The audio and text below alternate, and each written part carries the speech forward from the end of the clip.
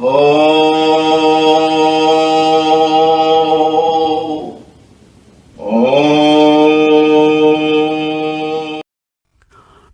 வடகிழக்கு இந்தியாவில் இமயமலைக்கு அருகிலுள்ள கோரக்பூரில் 1893 ஆண்டு ஜனவரி 5 பிறந்தேன். என் முதல் 8 ஆண்டுகள் அங்கே கழிந்தன. 4 புதல்வர்களும் 4 புதல்விகளுமாக நாங்கள் 8 குழந்தைகள். முகுந்தலால் கோஷ் என்ற நான் 2வது மகனும் 4வது குழந்தையுமாவேன். என் தாய் தந்தையர் வங்காளியர், க்ஷத்திரிய வகுப்பைச் சேர்ந்தவர்கள்.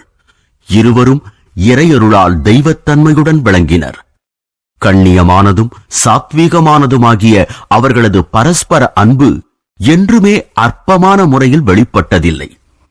பெற்றோர்களின் இதமான சூழ்நிலை துள்ளித் திரிந்த 8 இளம் ஜீவன்களுக்கு அமைதி நிறைந்ததொரு மையமாக விளங்கியது. தகப்பனார் பகவதி சரண் கோஷ் அன்பும் ஆழ்ந்த சிந்தனையும் சில சமயங்களில் கண்டிப்பும் உடையவராக இருந்தார்.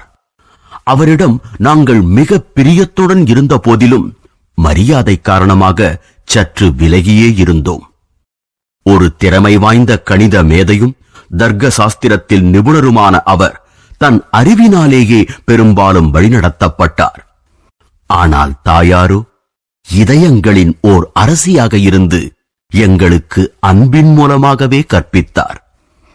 தாயாரின் மறைவுக்குப் பின் தகப்பனார் தன் உள்ளார்ந்த கனிவை அதிகம் வெளிப்படுத்தலானார்.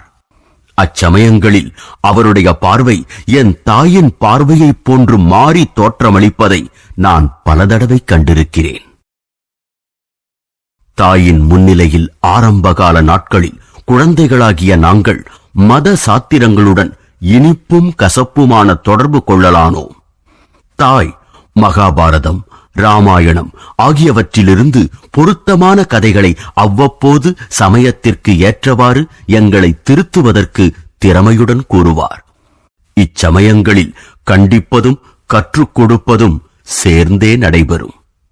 தகப்பனாருக்கு மரியாதை கொடுக்கும் வகையில் அவர் அலுவலகத்திலிருந்து வரும்போது அவரை வரவேற்க அன்னை குழந்தைகளாகிய எங்களுக்கு பிற்பகலில் அழகாக உடை உடுத்தி அலங்கரித்து விடுவார்.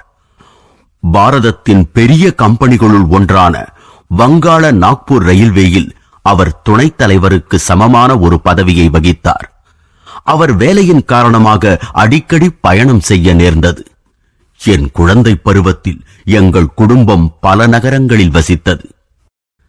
தேவை உள்ளவர்களுக்கு தாராளமாக அள்ளித் தருபவர் அன்னை. தந்தையும் கனிவான குணம் உடையவர்தாம்.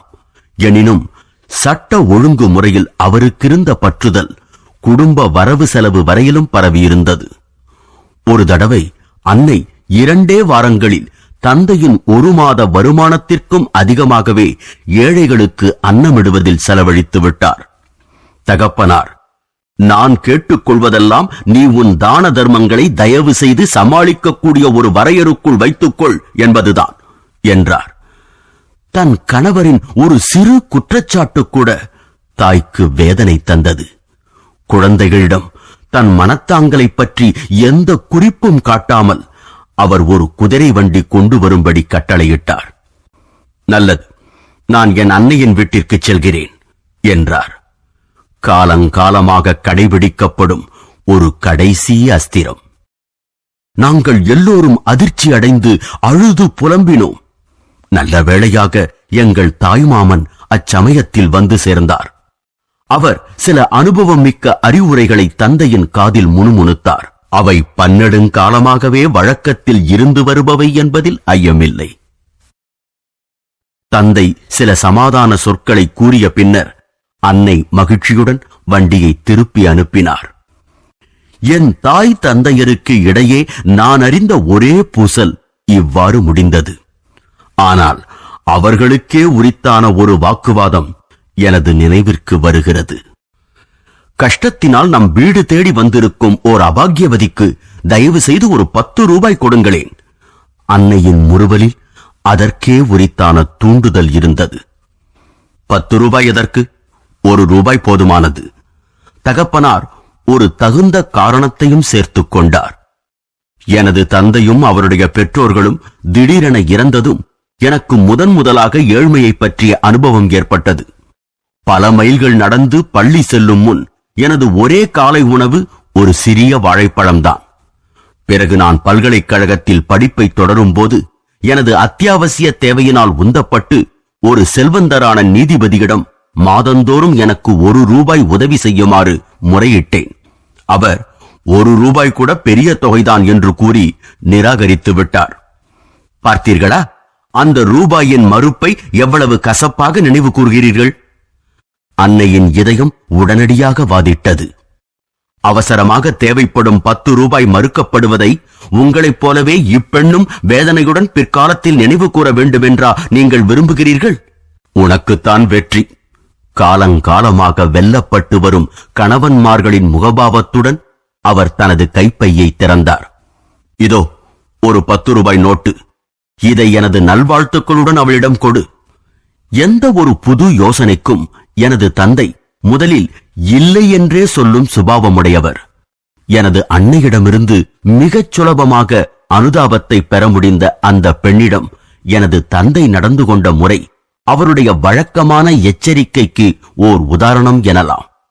எதையும் உடனே ஒப்புக்கொள்வதில் அவருக்கு இருந்த தயக்கம் உண்மையில் சிந்தித்து செயல்பட வேண்டும் என்ற கொள்கையை மதிப்பதாகும். தந்தையினுடைய தீர்ப்புகள் நியாயமாகவும் சரிசமமாகவுமே இருந்தன என்பதை நான் எப்போதும் கண்டுள்ளேன். என்னுடைய பல வேண்டுகோள்களை, அது விடுமுறையில் சுற்றுலா பயணமாக இருந்தாலும் சரி, அல்லது புது மோட்டார் சைக்கிள் வாங்குவதாக இருந்தாலும் சரி, ஓரிரு நியாயமான காரணங்களுடன் கூறினால் அவற்றை அவர் தவறாது பூர்த்தி செய்து விடுவார். தந்தையார் தன் குழந்தைகள் சிறு வயதினராக இருந்தபோது அவர்கள் மீது மிக கண்டிப்புடையவராக இருந்தார். ஆனால் தன்னை பற்றிய அவரது மனப்பாங்கு மிக மிக தீவிரமான தன்னல மறுப்பே. உதாரணமாக, அவர் சினிமாவிற்கு சென்றதே இல்லை. பல ஆத்ம சாதனைகளில் ஈடுபடுவதும் பகவத்கீதையை படிப்பதும் தான் அவரது பொழுதுபோக்கு. எல்லா ஆடம்பரங்களையும் துறந்து பழைய காலணிகளை கூட அவை அடியோடு உபயோகமற்று போகிறவரை அணிவார்.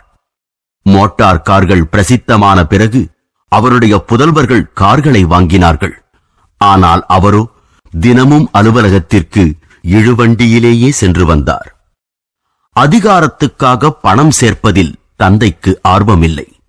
ஒரு தடவை அவர் கல்கத்தா நகர வங்கியை தொடங்கி அதை முறையாக செயல்பட வைத்த பிறகு அதில் எந்தவிதமான பங்குகளையும் ஏற்று லாபமடைய மறுத்துவிட்டார். தன் ஓய்வு நேரங்களில் ஒரு பொது கடமையை செய்ய விரும்பினார். அவ்வளவுதான்.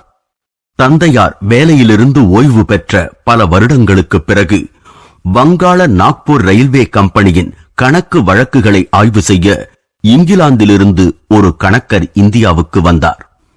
தந்தையார் வெகு நாட்களுக்கு முன்பே தனக்கு சேர வேண்டிய போனஸ் தொகைகளை பெற விண்ணப்பிக்கவே இல்லை என்பதைக் கண்டு அந்த ஆய்வாளர் பெரும் வியப்புற்றார். அவர் 3 மனிதர்களின் வேலையை செய்திருக்கிறார் என்று அந்த கணக்காளர் கம்பெனி அதிகாரிகளிடம் கூறினார். அவருக்கு கம்பெனியிலிருந்து ₹1,25,000, அதாவது $41,250 ஈட்டுத் தொகையாக சேர வேண்டியிருந்தது. கம்பெனியின் பொருளாளர் அத்தொகைக்கு எங்கள் தந்தையாருக்கு ஒரு காசோலை அனுப்பினார். எனது தந்தைக்கு இது ஒரு பெரிய விஷயமாக படவில்லையாதலால் அவர் அதை குடும்பத்தினரிடம் கூற மறந்து விட்டிருந்தார். வெகு நாட்களுக்கு பின் வங்கியிலிருந்து வந்த அறிவிப்பில் பெரும் வைப்புத் தொகை குறிக்கப்பட்டிருப்பதை பார்த்து எனது தம்பி விஷ்ணு அவரிடம் இதை பற்றி விசாரித்தான். தந்தையார், இந்த பொருளாதார லாபத்தை பற்றி பெருமைப்படுவானேன்? எதையும் சமநிலையில் பார்க்க வேண்டும் என்ற கொள்கையுடையவன் லாபத்தால் மகிழ்வதும் இல்லை, நஷ்டத்தால் கலங்குவதும் இல்லை. இவ்வுலகில் மனிதன் வரும்போது ஒரு காசு கூட இல்லாமல் தான் வருகிறான், போகும் பொழுதும் ₹1 கூட இல்லாமல் தான் போகிறான் என்பது அவனுக்கு தெரியும் என்றார்.